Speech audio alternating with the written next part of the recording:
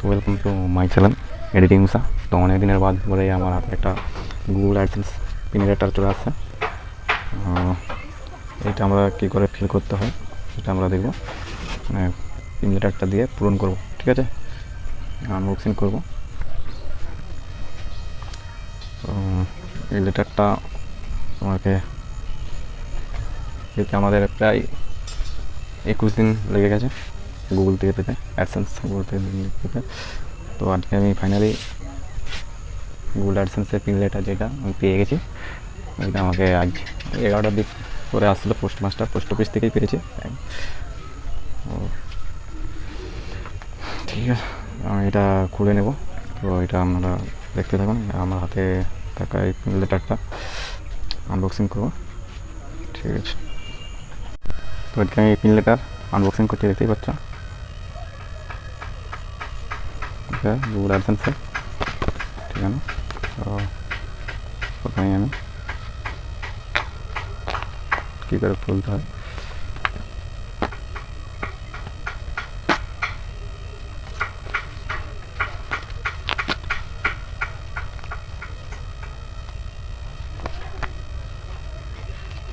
আস্তে আস্তে ছেড়ে বন্ধু।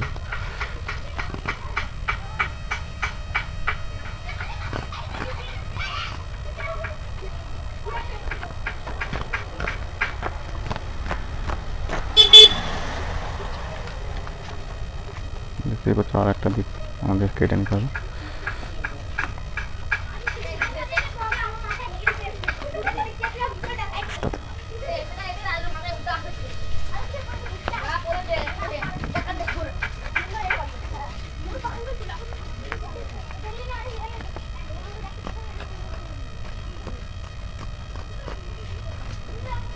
তো ফাইনালি আমাদের কেটে নিয়েছি, দেখতে পাচ্ছ ভিতরে ভিতরে কি মানে আমাদের পিন লেটার দেখতেই পাচ্ছেন।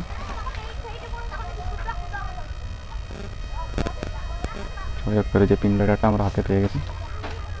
তো পিন লেটারটা আমরা পেয়ে গেছি দেখতেই পাচ্ছ। এবারে কি করে কি ফিল করতে হয় আমি ডিটেলসে দেখিয়ে দেবো। ঠিক আছে, এবারে আমি ভিডিওটা দেখিয়ে দিচ্ছি কী করে পিন লেটার মানে অ্যাড্রেস দিতে হয়। ঠিক আছে, তো বন্ধুরা আমি যে পিন লেটারটা গুগল অ্যাডসেন্স থেকে দিয়েছে সেটা আমি এখন পূরণ করে দেখিয়ে দেবো। জিমেলে যাব, তো অবশ্যই এটা করে নেবেন যে জিমেলে আপনার অ্যাকাউন্ট খোলা থাকবে সেই জিমেলের উপর যাবে। অ্যাড্রেস ভেরিফিকেশান যে অ্যাডসেন্স অ্যাকাউন্ট থেকে দিয়েছিল সেটাই যাব। Verification your address, verification your address এখানে ট্যাপ করবো। তো এড করে নেবো। গুগল অ্যাডসেন্স আমার চলে আসছে।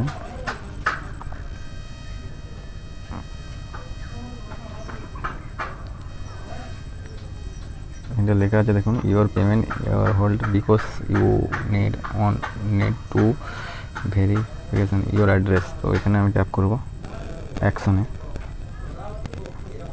অ্যাকশনে যেয়ে দেখুন আমার এখানে ভেরিফিকেশান অ্যাড্রেস আইডেন্টি দেওয়া আছে। তো এখানে আমি 6 অক্ষরের পিনটা বসিয়ে দেবো। দেখুন, তো 6 অক্ষরের পিনটা আমি বসিয়ে দিচ্ছি।